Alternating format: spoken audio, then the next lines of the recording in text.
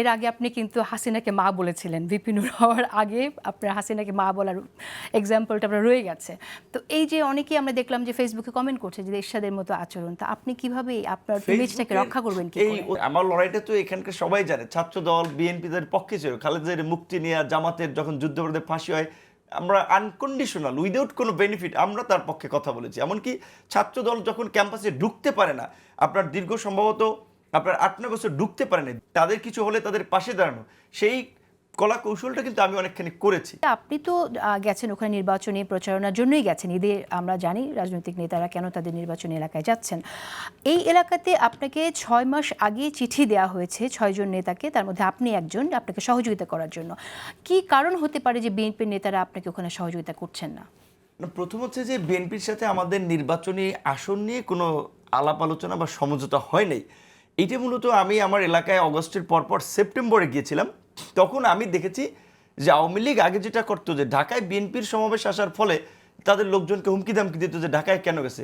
ঠিক পটুয়াখালীতে সেপ্টেম্বর মাসে আমার একটা প্রোগ্রাম ছিল, সেই সমাবেশে কেন আসছে সেখানে বিশেষ করে আমার ওই গলাচিপা 10 মিনিট যে বিএনপির মনোনয়ন প্রত্যাশী, তিনি তার লোক দিয়ে হুমকি দেওয়াচ্ছেন যে কেন ওই সমাবেশে গেল। ইভেন জেলা পর্যায়ের নেতারা আমাদের কমিটির লোকজনকে এসে বলছে যে ভিপি নূর যেন আমাদের বিরুদ্ধে কোনো বক্তব্য না দেয় বা সে অতিরিক্ত ক্রিটিসিজম যেন না করে।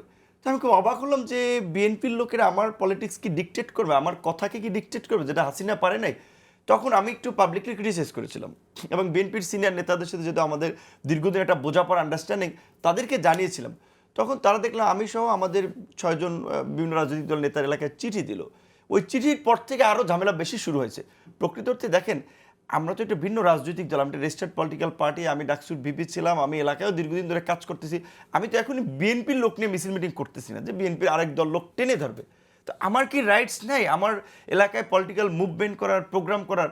এবং আমি কিন্তু এই ঘটনা ঘটবে যে তার আগে বিএনপির শীর্ষ নেতাদেরও জানিয়েছি।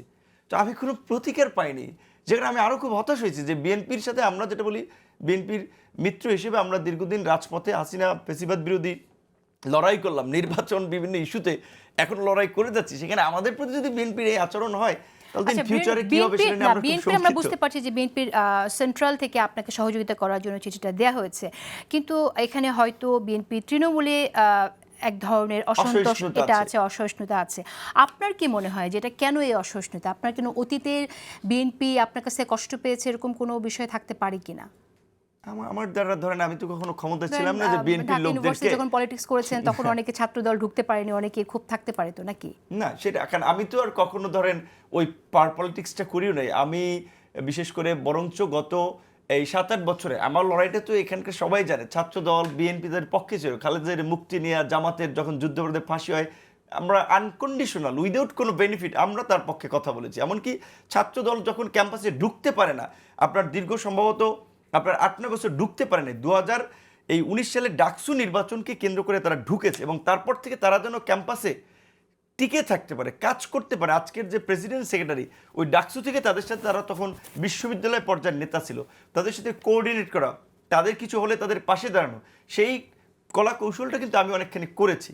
এমনকি আমরা ভিন্ন রকম একটু শুনি যে ছাত্রদল তখন ঢুকতে পারেনি এবং সেক্ষেত্রে আপনাদের সহযোগিতা পায়নি, উল্টো আচরণ ছিল, এরকম ছিল আর কি। এটা তো অনুমান নির্ভর করা হতো। আমি লাস্ট কথা আপনাকে বলি, এই মুভমেন্টের সময় যেটা আমি বলেছি, অনেকে আমাকে জন্য গালিগালাজ করেছে যেটা বিএনপির দালালি হয়ে যায়। আমি বলছি এই মুভমেন্টের সময় দেশের নেতাদের চেয়ে বাইরে ছিলেন সালাউদ্দিন সাহেব। সালাউদ্দিন সাহেব ছাত্রদল, যুবদল এবং বিএনপির অনেক লোকাল ঢাকার নেতৃবৃন্দকে আমার এবং রাশেদের সাথে সরাসরি কানেক্ট করে দিয়েছেন যে আন্দোলন সংগ্রাম প্রশ্নে যেন তারা সাপোর্ট করে, ছাত্রদের কি লাগবে সাপোর্ট, এই টেকনিক্যাল কাজগুলো কিন্তু আমরা করেছি একটা পরিবর্তনের জন্য। সো এইখানে কিন্তু কাঁধে কাঁধ মিলেই লড়াইটা আমরা করেছি। সো এইটা আমি খুব একটা অদ্ভুত অভিজ্ঞতার মধ্যে যাচ্ছি, কেন এটা বিএনপির এই লেভেলে, মানে রুট লেভেলে এই ঘটনাটা ঘটলো। এবং আরও অবাক হচ্ছে যে এখন পর্যন্ত আমি শীর্ষ নেতৃবৃন্দকে বলেছিলাম আপনার আমরা তো যেহেতু আপনাদের সাথে পথ চলেছি, কাজে আমরা চাই বন্ধুপ্রতিম সংগঠন হিসেবে এই ঘটনাটা ব্যবস্থা নেন। আচ্ছা, আমি তো জানতে চাই, আমি দুঃখিত একটু বেশি সময় নিচ্ছি, আমি নূরের কাছ থেকে আগে একটু শুনি, তারপর আমি আপনাদের কাছে আসব। নূর, এখন আপনি কি করবেন? মানে অবস্থা এরকম হয়ে যাচ্ছে যে আমরা তো এরশাদকে দেখেছি যে তার সুবিধার জন্য পজিশন চেঞ্জ করেছে। এখন আপনি কদিন আগে বললেন নির্বাচন খুব দ্রুত চান, খুশি হয়ে গেলেন নির্বাচন ফেব্রুয়ারিতে দেবে, এখন বলছেন নির্বাচন পেছনের জন্য। এর আগে আপনি কিন্তু হাসিনাকে মা বলেছিলেন, ভিপি নূর হওয়ার আগে আপনার হাসিনাকে মা বলার এক্সাম্পলটা আপনার রয়ে গেছে। তো এই যে অনেকেই আমরা দেখলাম যে ফেসবুকে কমেন্ট করছে যে এরশাদের মতো আচরণ, তা আপনি কিভাবে আপনার ইমেজটাকে রক্ষা করবেন কি এই অতি উৎসাহীদের কমেন্ট দিয়ে তার বিবেচনাতে আমি রাজনীতি করি না। আমি রাজনীতি আমার রণকৌশলে, আমি রাজনীতি করে অবশ্যই সেখানে আমার পার্টির ইন্টারেস্টের বিষয়টা থাকতে হবে। আমার পার্টির ইন্টারেস্ট মানে অবশ্যই সেটা দেশ এবং জাতির স্বার্থ বিবেচনা করে আমার একটা পজিশন থাকবে। সো সময় পরিবর্তন হয়, পরিস্থিতির পরিবর্তন হয়, তো রাজনীতিতে তো রণকৌশলের পরিবর্তন হবে। এখন এখানে আমাদের দেশের মানুষ তো রাজনৈতিকভাবে কতটুকু কনসাস, কতটুকু সচেতন, তাহলে তো এই আজকে এই যে রাষ্ট্র সংস্কার নিয়ে বিস্তর আলাপ হচ্ছে 3 দিন ব্যাপী একই ইস্যু নিয়ে, দেখেন রাষ্ট্রপতির মেয়াদ কি হবে, ইলেকশন প্রক্রিয়া কি হবে, 2বার বেশি কেউ প্রধানমন্ত্রী থাকতে পারবে কিনা, টানা 3 দিন ডিবেট হচ্ছে, ঐক্যমতে পৌঁছাতে পারছে না। সো আমাদের মাইন্ডসেট সাইকোলজিতে খুব বেশি ডেভেলপ হয় নাই। আচ্ছা, আমাদের আবার সেই আলোচনায় ফিরে আসতে হচ্ছে। যে কথা বলছেন আমি এটা ক্লিয়ার করি, হাসিনাকে যে আপনার তো স্বাভাবিকভাবে তিনি তো একজন বয়স্ক নারী ছিলেন, এখন তাকে যে পরিস্থিতির মধ্যে দিয়ে সে সময় আমরা সে সময় যে পরিস্থিতির মধ্যে দিয়ে গিয়েছি, আমরা ওই গণভবনে যেতে আমরা নিজেদেরকে বিক্রি করে দিইনি, আমরা ওখান থেকে বের হয়ে পরের দিন থেকে আবার লড়াই শুরু করেছি।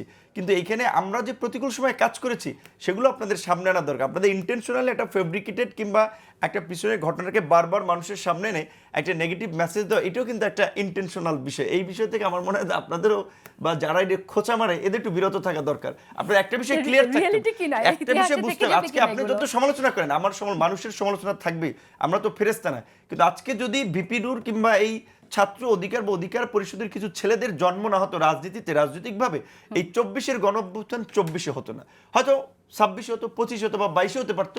কিন্তু আজকের এই প্রেক্ষাপটটা এটা আমাদের রক্তের উপর দেয়া, আমাদের ত্যাগের উপর দেয়া। বিএনপি জামাত বড় রাজনৈতিক দল, তাদের অনেক স্যাক্রিফাইস আছে, কিন্তু বুঝতে হবে কিন্তু তারা 16 বছর লড়াই সংগ্রাম করেও কিন্তু তারা ব্যর্থ হয়েছে।